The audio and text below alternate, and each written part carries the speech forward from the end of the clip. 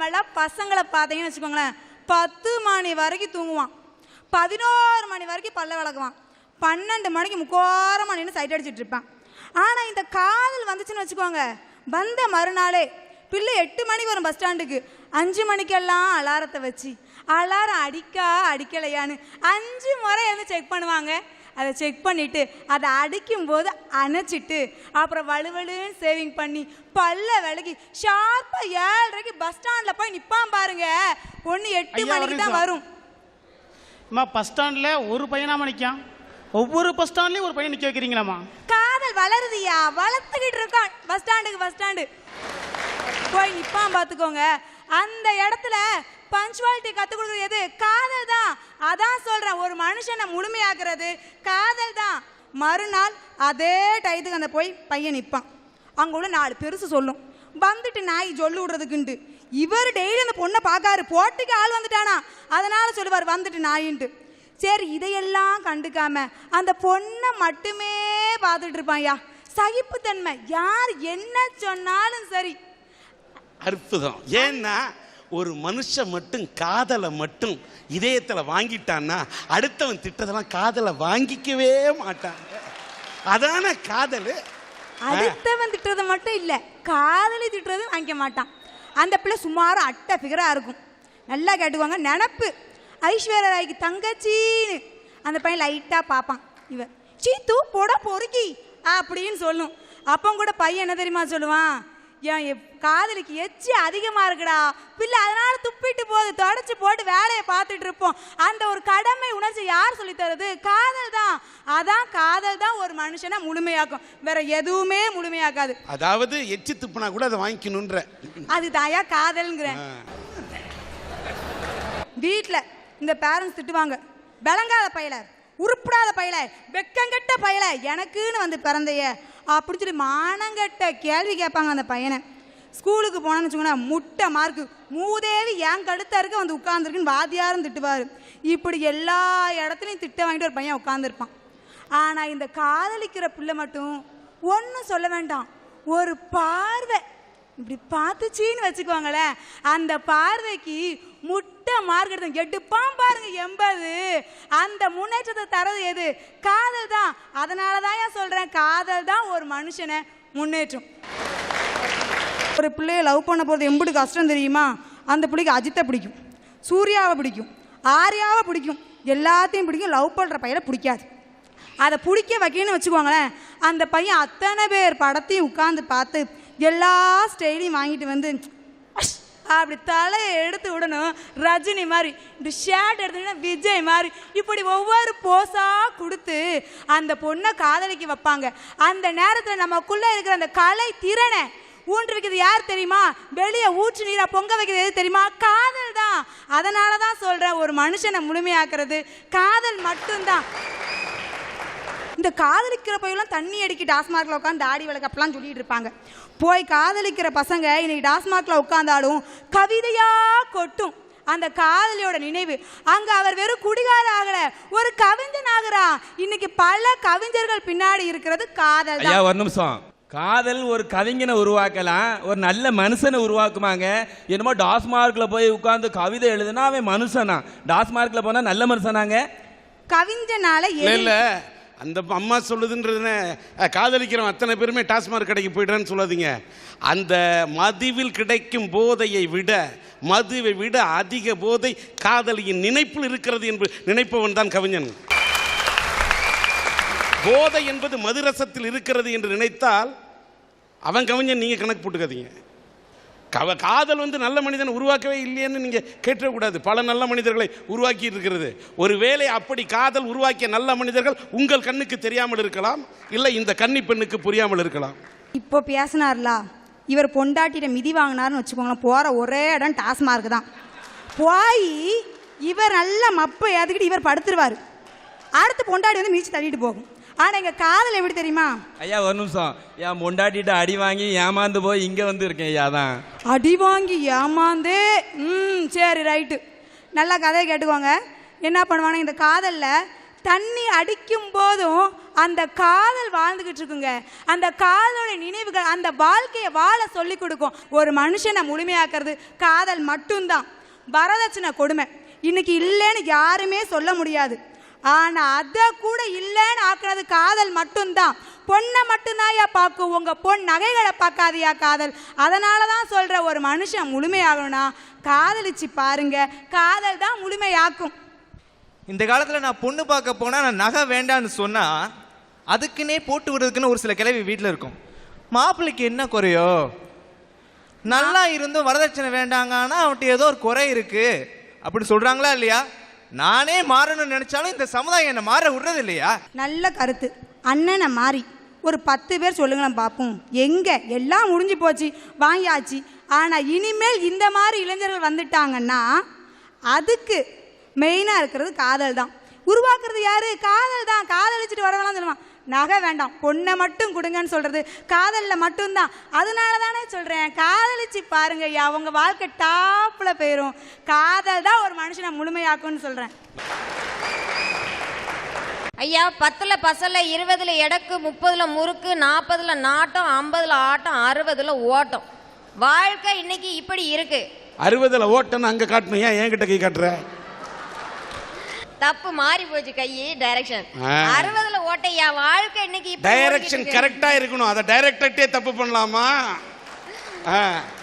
ஐயா, இன்னைக்கு படிப்பு, பணம், பதவி, ஜாதி மதம் செய்யாதத காதல் செஞ்சுக்கிட்டு இருக்குன்னு சொல்றீங்க. நான் அதனாலதான் சொல்றேன், ஒரு மனுஷனை முழு மனுஷனை மாத்துறது காதல்ட்டு. ஐயா, எனக்கும் ஒரு காதல் வந்துச்சு. நானும் என் கணவரும் 8ஆம் வகுப்புல இருந்து நல்ல ஒரு நண்பர்களா இருந்தோம். காலேஜ் முடிச்சேன், மேற்கொண்டு படிக்க வைக்க சொன்னேன், எங்க வீட்டில் படிக்க வைக்கல. இதனால என்னோட மனசுக்குள்ள ரொம்ப ஒரு ஆதங்கம், படிப்பு போச்சேன்னு அழுதேன், புலம்புனேன், துடிச்சேன். அதனால எனக்குன்னு ஒரு நோய் வந்துச்சுங்க, சாப்பிடாம கொள்ளாம கிடந்ததுனால. நிமோனியா காய்ச்சல்ல அப்படியே படுத்துட்டேன். ஐயா, நிமோனியா காய்ச்சல்ல படுத்ததுனால என்னால் எந்திரிச்சு உட்காந்து பேசவும் முடியாது, அங்கே இங்கே புரண்டு படுக்கவும் முடியாது. அந்த நேரத்தில் நான் எப்படி இருந்தேன்னா, மெலிஞ்சு ஒல்லியா எலும்பு தோலுமா இருந்தேன். அப்ப நோய்க்கு பாதி பேய்க்கு பாதிம்பாங்க. எங்க வீட்டுல அறியாமையினால பேய்க்கு மாத்திரம்தான் பார்த்தாங்க, நோய்க்கு பார்க்கல. அப்ப என் மனசு துடிச்ச துடி என்ன தெரியுமா?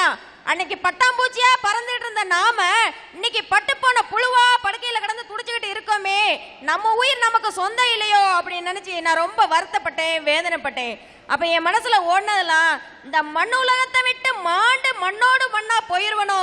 அன்னைக்கு வேதனைப்பட்டேங்க, வெம்பி நின்று. அந்த நேரத்துல என்ன காப்பாத்த என் படிப்பு வரல, அந்த நேரம் காப்பாத்த பதவி வரல, பணம் வரல, என் நண்பர் கூட வரல. அன்னைக்கு எனக்கு திருமணமும் ஆகலையா. ஆனா ஓடோடி வர வச்சது எது தெரியுமா? என் காதல். எதேச்சியா ஒரு போனை போட்டு வீட்டுக்கு வந்து பார்த்தாரு பாருங்க. அன்னைக்கு நான் குலையுயிரும் குற்றுயிருமா கிடந்தேங்க. அந்த நேரத்தில் ஐயையோ செத்து போயிருவேனேன்னு ஒரு பிரைவேட் வேன் வந்தது, ட்ரிப் அடிக்கக்கூடிய வேனு. அதில் தூக்கி கொண்டு போட்டுக்கிட்டு போனாங்க. ஒரு வழியா ஜிஹெச்ல கொண்டு போட்டாங்க. 20 நாளா பெட்டில் இருக்கிறேன். காய்ச்சல் ஊசி போட்டா குறையுது, ஊசி போடலன்னா ரொம்ப அதிகமாகுது. என்ன சாப்பிட்டாலும் ஒரே வாந்தி. மாத்திரை சாப்பிடணுமேங்கிறதுக்காக பாலும் பிரெட்டும் கொடுத்துக்கிட்டு இருக்கும்போது அவர் மேலேயே நான் அதையும் வாந்தி எடுத்தேங்க. சீச்சி, வாந்தி எடுக்காளேன்னு ஓடல, 2 கையும் ஏந்தி பிடிச்சிட்டு அன்னைக்கு நின்னாரு பாருங்க என் காதலர். அதனாலதான் சொல்றேன், காதல் ஒரு மனுஷனை முழு மனுஷன் ஆக்குதுன்ட்டு. அன்னைக்கு ஏந்தி பிடிச்சிக்கிட்டு நின்னவரு, நீ ஏமா கவலைப்படுத, உனக்கு நான் இருக்கேன். இந்த குலையுயிரும் குற்றுயிருமா கிடக்கும் போது ஒன்ன நான் கல்யாணம் பண்ணிக்கிறேன்னு சொன்னார் பாருங்க. அங்கதாங்க நான் அன்னைக்கு காதல்ல ஜெயிச்சேன். அதனாலதான் சொல்றேன், காதல் தான் ஒரு மனுஷனை முழு மனுஷன் ஆக்குதுன்ட்டு. இன்னைக்கு ஆணோன்னு பொண்ணோன்னு எனக்கு திருமணம் ஆகி 2 குழந்தைகளும் இருக்குதுங்க. பிஏ மாத்திரம் படிச்சுட்டு உழண்டுகிட்டு இருந்தேன்னா இன்னைக்கு எம்ஏ, எம்ஃபில், பிஎட், அதுல கோல்டு மெடலு, நெட் பாஸ் பண்ணி பிஹெச்டி லெவல்ல இன்னைக்கு ஒரு காலேஜ்ல லெக்சரரா இருக்கேனே, அங்க காதல். இவங்க காதல் தான் முழுமைன்னு சொல்றாங்க. அப்ப கடைசி வரைக்கும் காதலிச்சுக்கிட்டே இருக்க வேண்டியதானே? ஏன் திருமணம் பண்றாங்க? அப்ப திருமணம் தானே முழுமையை கொடுத்துருக்கு. அந்த திருமணத்திலேயே காதல் இல்லைன்னா நீங்க டைவர்ஸ்ல போய்லாம் கோர்ட்ல நின்றுட்டு இருக்கணும். அதுக்கு தான் அங்கேயும் காதல் வேணும்னு சொல்லிட்டு இருக்கேன். கல்யாணம் மாத்திரம் முடிச்சா போதுமா? அங்க காதல் இருந்து உங்க பொண்டாட்டி நீங்க லவ் பண்ணி கேட்டதெல்லாம் வாங்கி கொடுத்தாதானே கூட குடும்பம் நடத்துவா, இல்லைன்னா பாதியில விட்டுட்டு ஓடுவாள. இப்படி மற்றவங்களையும் நேசிக்க வைக்கிறது பாருங்க, அதுதாங்க காதல். அதனாலதான் சொல்றேன், ஒரு மனுஷனை முழு மனுஷனை ஆக்குறது காதல்ங்க. நான் வந்து 4 அக்கா தங்கச்சி கூட பிறந்தவங்க சார். என் தங்கச்சி 6 மாதம் குழந்தையா இருக்கும்போது, நான் 1.5 வயசு குழந்தை, என் தங்கச்சி 6 மாதம் குழந்தை, எங்கள் அம்மா இறந்துட்டாங்க சார். எங்கள் அம்மா ஒரு பக்கம் பொணமாக படுக்க வச்சுருக்க, நானும் என் தங்கச்சியும் தொட்டில் தூங்கிட்டு இருந்தேன் சார். எங்கள் அம்மாவோட அம்மா எங்கள் 4 பேரையும் தூக்கி கொண்டு போய் எங்கள் அம்மா கூட பிறந்த தங்கச்சி கையில் கொடுத்து, நீதாம்மா இனிமேல் இதுக்கு அம்மாவும் அப்பாவும் இவங்க 4 பேரையும் நான் உன்னோட பொறுப்பில் விடுவேன், நீ தான் தாயும் தகப்பனுமா இருக்கணும்னு சொன்னாங்க. அன்னைய சூழ்நிலையில் எங்கள் சித்தி நிறமாச கர்ப்பிணியாக இருந்தாங்க சார். எங்கள் சித்தியும் சித்தப்பாவும் இன்னைய வரைக்கும் எங்களை அரவணைச்சி, நாங்கள் 4 பேர், அவங்களுக்கு 3 பெண் குழந்தைங்க, மொத்தம் 7 பெண் குழந்தைங்க சார். எங்கள் 7 பேரில் 6 பேருக்கு கல்யாணம் ஆயிடுச்சு சார். இன்னும் ஒரு தங்கச்சி தான் சார் கல்யாணம் ஆகாமல் இருக்கா. எங்கள் எல்லாரையும் படிக்க வச்சு எல்லா சீர்வரிசையும் செஞ்சு கல்யாணம் முதற்கொண்டு பண்ணி வைக்கக்கூடிய மனப்பக்குவத்தை எது சார் கொடுத்தது? திருமணம் தான் சார் கொடுத்தது. அதனால தான் சொல்கிறேன், ஒரு மனுஷனை முழு மனுஷனா மாற்றணும் அப்படின்னா திருமணம் பண்ணிக்காங்க சார். ஆடை இல்லாத மனுஷன் அரை மனுஷன், வாழ்க்கை துணை இல்லாத மனுஷன் மனுஷனாவே வாழ முடியறதில்ல. வாலி ஒரு பாட்டில் சொல்றாரு, வாலிபங்கள் ஓடும் வயதாக கூடும், ஆனாலும் அன்பு மாறாதது, மாலையிடும் சொந்தம் முடி போட்ட பந்தம் பிரிவென்ற சொல்லே அறியாதது, அன்பான மனைவி அழகான துணைவி அமைந்தாலே பேரின்பமே. இந்த பாட்டை நான் ஏன் பாடுறேன்னா, இந்த மாதிரி வாழக்கூடிய வாழ்க்கை வாழ்கிறவங்க என்னோட அம்மா அப்பா. அதனால தான் நான் சொல்ல வரேன், திருமணம் தான் ஒரு மனுஷனை முழு மனுஷனாக மாற்றுது அப்படின்னு. எனக்கு 17 வயசில் கல்யாணம் ஆச்சு சார். ஏன்னா எங்கள் வீட்டில் வந்து எங்கள் சித்தியும் அப்பாவும் பார்த்தீங்கன்னா, நம்மளுக்கு அப்புறம் நம்ம பிள்ளைங்களுக்கு ஒரு வாழ்க்கையில் பிடிப்பு வேணும் அப்படிங்கிறதுக்காக எல்லாரையுமே ரொம்ப சீக்கிரமாக தான் கல்யாணம் பண்ணி கொடுத்தாங்க. என்னோட 17 வயசில் கல்யாணம் முடித்து கொடுத்ததும் நானும் எல்லாரும் மாதிரியும் பலவிதமான கனவுகளோடையும் கற்பனைகளோட தான் சார் அந்த வீட்டுக்குள்ளே நுழைஞ்சேன். அப்படி நுழைஞ்ச பிரதிலையும் பார்த்தீங்கன்னா பலவிதமான கஷ்டங்கள் எல்லா வீட்லையும் இருக்க மாதிரி பலவிதமான கஷ்டங்களும் இருந்துச்சு. ஆனால் என்னோட கணவர் என்னை அப்படி கஷ்டப்படலை விடலை சார். என்னை தாங்கினார் சார். உன்னை அம்மா அப்பா இல்லாத உன்னைய வளர்த்து என்னோட கையில் ஒப்படைச்சிருக்காங்க அப்படின்னா நான் நல்ல முறையில் பார்த்துக்கிடுவேங்கிற நம்பிக்கையில் தான் கொடுத்தாங்க. அந்த நம்பிக்கையை நான் கெடுக்கக்கூடாது, நான் உன்னைய நல்ல முறையில் பார்த்துக்கிடுவேன் அப்படின்னு என் கணவர் என்கிட்ட சொன்ன வாக்குறுதி, கல்யாணத்தை அன்னைக்கு கொடுத்த வாக்குறுதியை இன்னைய வரைக்கும் காப்பாற்றுறார் சார். அந்த மனசு அவருக்கு கொடுத்தது எது சார்? எங்களோட திருமண வாழ்க்கை தான். எங்கள் வீட்டில் நிறைய பிரச்சனைகள் வந்துச்சு. கல்யாணம் ஆன 2வது மாசத்துல சார் எங்கள் வீட்டில் இருக்கவங்க என்னோட கணவரையும் கதவை பூட்டிக்கிட்டு வீட்டை விட்டு வெளியே திரட்டி விட்டாங்க சார். உன்னோட பொண்டாட்டி உனக்கு பெருசாக தெரிஞ்சா அப்படின்னா நீ இனிமேல் இந்த வீட்டில் இருக்கக்கூடாதுன்னு சொல்லி எங்களை விரட்டி அடித்தாங்க சார். அங்கே வீடு பெருசாக இருந்துச்சு சார், அவங்க மனசு சிறுசாக இருந்துச்சு சார். நானும் என்னோட கணவரும் எங்கள் வீட்டுக்காருக்கு வந்து சொல்லிக்கிற அளவுக்கு படிப்போ நிரந்தரமான வேலையோ கையில் இல்லை சார். நாங்கள் வீட்டை விட்டு வெளியே வந்தோம் சார். என்னோட கணவர் பையில் இருந்தது வெறும் 10 ரூபா. நான் வாஞ்சி நகரில் இருக்கேன். வாஞ்சி நகர்ல இருந்து தென்காசி புது பஸ் ஸ்டாண்ட் வரணும்னா ஒரு ஆளுக்கு 5 10 ரூபா வேணும். அங்கேருந்து எங்களோட பாட்டி வீட்டுக்கு போகணும்னா 5 10 ரூபா வேணும். ஆக மொத்தம் 20 ரூபா வேணும். அந்த 20 ரூபா இல்லாமல் நானும் என்னோட கணவரும் வாஞ்சி நகர்ல இருந்து தென்காசி புது பஸ் ஸ்டாண்ட் வரைக்கும் நடந்தே போனோம் சார். அழுதுகிட்டே போனோம் சார். அன்னைக்கு எங்கள் கண்ணில் வந்தது வெறும் கண்ணீர் மட்டும் இல்லை சார், எங்கள் வாழ்க்கையும் கரைஞ்சி போன மாதிரி இருண்டு போனது மாதிரி ஒரு ஃபீலிங் இருந்துச்சு சார். என்னோட கணவர்கிட்ட நான் சொன்னேன், கவலைப்படாதீங்கப்பா, ஆண்டவன் எனக்கு ஒன்றுமே இல்லாதவளுக்கு எல்லாமே ஆண்டவன் கொடுத்தான், உங்களையும் சேர்த்து கொடுத்தான். இனிமேல் நமக்கு வாழ்க்கையில் எல்லாமே நல்லதாக நடக்கும், வாங்க இதோட நம்மளோட கந்திஷ்டிலாம் கழிஞ்சு போச்சுன்னு நினச்சிக்கிடுவோம், வாங்கப்பான்னு சொல்லி அழுதுகிட்டு என்னோட கணவருக்கு ஆறுதல் கொடுத்து கூட்டிகிட்டு வந்தேன் சார். கூட்டிகிட்டு வந்து அடித்து பிடிச்சி ஒரு வீடையும் பார்த்து குடியும் ஏறினேன் சார். வயிறுன்னு ஒன்று இருக்குல்ல சார், அதுக்கு பொழப்புன்னு பார்க்கணும்ல சார். என் கணவருக்கு படிப்பு இல்லாததுனால நீ வீட்டில் இருமா, நான் வேலை ஏதாவது பார்த்துட்டு வரேன்னு சொல்லிட்டு என்னை வீட்டில் வச்சுட்டு இங்கே அறுப்பு மில்லையில் வேலை தேடி போனாங்க சார்.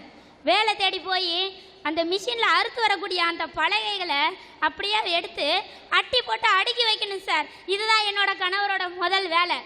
செல்லமாக வளர்ந்த பிள்ளை சார், வெயில் படாமல் வளர்ந்த பிள்ளை சார். அப்படி இருந்தவர் தன்னோட மனைவியை காப்பாற்றணும் அப்படிங்கிற மனசை கொடுத்தது எது சார்? நம்மளை நம்பி வந்தவங்கள பட்னியா போடக்கூடாதுங்கிற மனசு கொடுத்தது எது சார்? திருமண வாழ்க்கை சார். அதாவது அற்புதம். செல்லமா வாழ்ந்தவர் தன் மனைவியை பாரதியின் செல்லமாவா நினைத்த காரணத்தால் தான் அந்த கஷ்டத்தை சுமந்திருக்கிறார். அற்புதம். அந்த அது நீங்க மரப்பலகை அடுக்கிறாருன்னு சொன்னீங்க. அவர் மரத்தை சுமக்கவில்லை, திருமணமான தன் மனைவியின் மனத்தை சுமந்த காரணத்தால் தான் அந்த மரத்தை சுமந்திருக்கிறார் என்று கருதுகிறேன். முதல்ல வாங்கி கொண்டாந்து கொடுத்த சம்பளம் வெறும் 50 ரூபாய் தான் சார். அந்த 50 ரூபாயை கொண்டாந்து அவங்ககிட்ட என்கிட்ட கொடுக்கும்போது அந்த கையை இப்படி நேர வச்சு கொடுக்கல சார், இப்படி கையை சாச்சி வச்சு இப்படி கொடுத்தாங்க சார். ஏன்ப்பா முதல்ல கொண்டாந்து கொடுக்குற சம்பளத்தை கையை சாச்சி கொடுக்குறீங்க, நேராக வச்சு கொடுங்கப்பான்னு சொல்லி வாங்கினேன். அப்போதான் சார் அந்த கையை பார்த்தேன், அப்படியே ரத்தமா ரணமா காயத்தோட அப்படியே கனத்து. அதை பார்த்தோன்னே என்னோட உள்ளங்கள்லாம் கனத்து போச்சு சார். நீ கவலைப்படாதம்மா, என் உடம்புல உயிர் இருக்க வரைக்கும் உன்னைய உட்கார வச்சு நான் சோறு போடுவோம்மான்னு என்னோட கணவர் என் மடியில் விழுந்து அழுதது இன்னைக்கு என் கண்ணு முன்னால நிற்கிது சார். நான் சொன்னேங்க, கவலைப்படாதீங்க, நம்மளும் வாழ்க்கையில் முன்னேறுவோம், நம்மளும் நல்லா இருப்போம் அப்படிங்கிற எங்களுக்கு அந்த மன பக்குவத்தை கொடுக்கறது எது சார்? திருமண வாழ்க்கை தானே சார். அதனால தான் சொல்கிறேன், எல்லாரும் திருமணம் பண்ணிக்கோங்க, நல்ல முறையில் வாழுங்கன்னு சொல்கிறேன். உங்களை நம்பி வரவளை காப்பாத்துங்கன்னு சொல்கிறேன். ஒரு புருஷன் ஒரு பொண்டாட்டி மேலே வைக்கிற அன்பு பாசமும் உண்மையாகவும் முழுமையாகவும் இருந்துச்சுன்னா அந்த பொண்டாட்டியும் அவன் மேலே முழுமையான அன்பு பாசமும் வைப்பா சார்.